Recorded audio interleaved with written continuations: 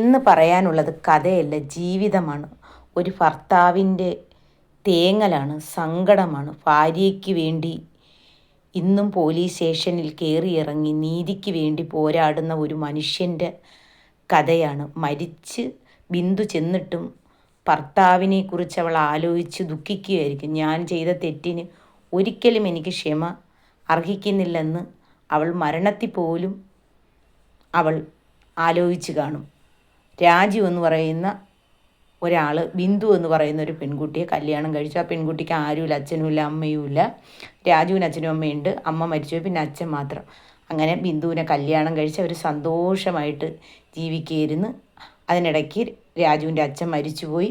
പിന്നെ ബിന്ദു ഗർഭിണിയായി. പെട്ടെന്ന് ബിന്ദുവിനൊരു അസുഖം വന്ന്, ഹാർട്ടിന് ചെറിയ പ്രശ്നം. അങ്ങനെ ആശുപത്രിയിൽ കൊണ്ടുപോയി കാണിച്ച് ചികിത്സിച്ച് അങ്ങനെ ഇരുന്ന് പ്രസവമൊക്കെ കഴിഞ്ഞ് കുഞ്ഞിന് 3 വയസ്സായി. അപ്പോഴാ പെട്ടെന്ന് നമ്മുടെ ബിന്ദുവിന് അസുഖം മൂർച്ഛിച്ച് തല കറങ്ങി വീണ് പെട്ടെന്ന് രാജു ആശുപത്രിയിൽ കൊണ്ടുപോയി. അപ്പോഴാണ് അറിയുന്ന ഹാർട്ടിന് വാൽവിന് ചെറിയ ഒരു കംപ്ലൈൻ്റ് ഉണ്ട്, പെട്ടെന്ന് ഓപ്പറേഷൻ ചെയ്യണം അല്ലെങ്കിൽ ആൾ മരിച്ചു പോകുമെന്ന് പറഞ്ഞു.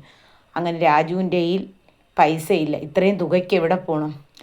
അതും ശ്രീചിത്ര മെഡിക്കൽ കോളേജിലാണ് ഈ ഓപ്പറേഷൻ ചെയ്യേണ്ടത്.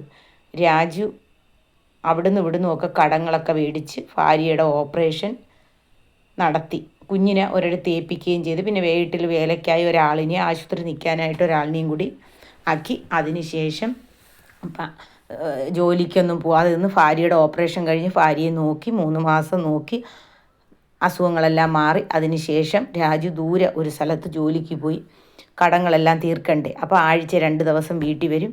ഈ 2 ദിവസം വന്നു കഴിഞ്ഞാൽ അവർ പുറത്തുനിന്നാണ് ആഹാരം, വീട്ടിൽ ആരുമില്ല. രാജുവിൻ്റെ അച്ഛനും മരിച്ചില്ല. അങ്ങനെ ഒരു ദിവസം 2 സിനിമ, അവൾക്ക് വേണ്ടുന്ന ഡ്രസ്സുകൾ, അവൾക്ക് എന്തെല്ലാം വേണമെന്ന് പറഞ്ഞാൽ എല്ലാം ഈ രാജു മേടിച്ചു കൊടുക്കും. അങ്ങനെ ഇരിക്കുമ്പോഴാണ് അവൾ ഇൻസ്റ്റാഗ്രാമിൽ ഒരു പയ്യനെ പരിചയപ്പെടുന്നു. 23 വയസ്സുള്ള ഒരു പയ്യനെ പരിചയപ്പെടുന്നു. അവനുമായിട്ട് സംസാരിച്ച് കമ്പനിയാവുന്നു. ഭർത്താവിനേക്കാളും ഇഷ്ടം അവനോട് തോന്നുന്നു. ഒരു ദിവസം അവൻ വന്ന് കുട്ടിയെയും അവളെ കൊച്ചിനെയും ബിന്ദുവിനെയും കൊണ്ട് അവൻ ഇവിടുന്ന് പോണു, സ്ഥലം വിട്ട് പോകണം അവളെയും കൊണ്ട്. അവൻ്റെ പേര് വിഷ്ണു എന്നാണ്. അങ്ങനെ ഒരു ഹോട്ടലിൽ റൂം എടുത്ത് അവർ രണ്ടുപേരും താമസിക്കുന്നു. അപ്പോൾ കുഞ്ഞിന് അച്ഛനെ കാണണമെന്ന് പറഞ്ഞ് ബഹളം. അങ്ങനെ അടുത്തൊരു ബീച്ചിലേക്ക് കുഞ്ഞിനെ ഉപേക്ഷിച്ചിട്ട് ഇവർ രണ്ടുപേരും പോണു. നാട്ടുകാരെല്ലാം കൂടി രാജുവിനെ അറിയിച്ചു. രാജു വന്ന് രാജുവിൻ്റെ കുഞ്ഞിനെ എടുത്തുകൊണ്ട് പോയി. രാജു പോലീസ് സ്റ്റേഷനിൽ കേസ് കൊടുക്കുന്നു. അവിടെ വന്നപ്പോൾ അവൾക്ക് വിഷ്ണുവിനെ മതി, രാജുവിനെ വേണ്ട, കുഞ്ഞിനെയും വേണ്ട. അദ്ദേഹം പോയി.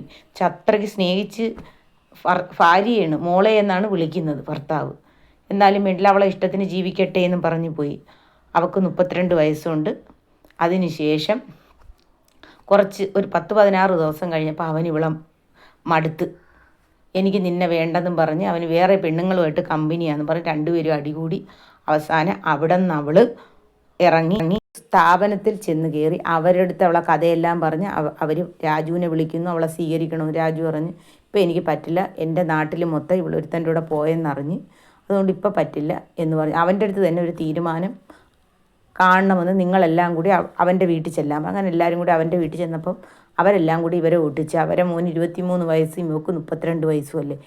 അതിനുശേഷം ഇവക്ക് ഗുളിക 10,000 രൂപയുടെ ഗുളിക മാസം വേണം. ഇവള് ഗുളിക കഴിക്കാതെ ഞാനിനി എന്തിനു വേണ്ടി ജീവിക്കുന്നു, ഞാൻ എൻ്റെ നല്ല ഭർത്താവിനെയും കളഞ്ഞിട്ട് ഇവനെ വിശ്വസിച്ച് ഇവൻ്റെ കൂടെ പോയി എന്നും പറഞ്ഞ് ഒരു ദിവസം ആ സ്ഥാപനത്തിൽ തലകറങ്ങി വീണ് അവൾ മരിക്കുന്നു. ഭർത്താവ് ഇപ്പം അവളന്ന് എഴുതി വെച്ചതും ഒരു ബുക്ക് നിറയെ അവൾ എഴുതി വെച്ച്, ഇവൻ എന്നെ ഇങ്ങനെയൊക്കെ ചെയ്തു, ഞാൻ നല്ലോണം ജീവിച്ചുകൊണ്ടിരുന്നതിന് എന്നെ പ്രലോഭിച്ചു കൊണ്ടുപോയതാണ് എന്ന് പറഞ്ഞ് ഇപ്പോൾ ഭർത്താവ് ഭാര്യയ്ക്ക് നീതി കിട്ടാൻ വേണ്ടി കേസ് പറഞ്ഞുകൊണ്ട് നടക്കുകയാണ്. നിങ്ങളൊന്ന് ആലോചിച്ച് നോക്ക്. നല്ലതുപോലെ ജീവിച്ച ഒരു പെണ്ണിന് വേറൊരുത്തൻ്റെ കൂടെ ഓടണ്ട, അതും 32 വയസ്സുള്ള ഒരുത്തിക്ക്. അത്രയ്ക്ക് ചിന്തിക്കാനില്ലേ? അവളെ ജീവിതം പോയോ? അവൻ ഇനിയും പെണ്ണുങ്ങളെ പിറക്ക നടക്കുകയാണ്. എന്നാലോചിച്ചു. ആ ഭർത്താവിനെയും കുഞ്ഞിനെയും അവൾ ആലോചിച്ചു. ആ ഭർത്താവിൻ്റെ കരച്ചിൽ, ഭാര്യയ്ക്ക് നീതിക്ക് വേണ്ടി എല്ലാ പോലീസ് സ്റ്റേഷനിലും കയറി ഇറങ്ങിയാണ് അവനെ ശിക്ഷിക്കണമെന്നും പറഞ്ഞ്. നിങ്ങളൊന്ന് ആലോചിച്ച് നോക്ക്. ലോകത്ത് എങ്ങനെ ഒരു ഭർത്താവിനെ ആർക്കെങ്കിലും കിട്ടുമോ? സ്ത്രീകൾ ചിന്തിക്കേണ്ടതാണ്. എടുത്തുചാട്ടം നമ്മൾ ഒരിക്കലും ചെയ്യരുത്. കാരണം നമ്മുടെ ഭർത്താവ് നമുക്ക് വേണ്ടിയാണ് ജോലിക്ക് പോയത്. അപ്പം നമ്മൾ നമ്മുടെ ഭർത്താവിനെ കാത്തിരിക്കണം.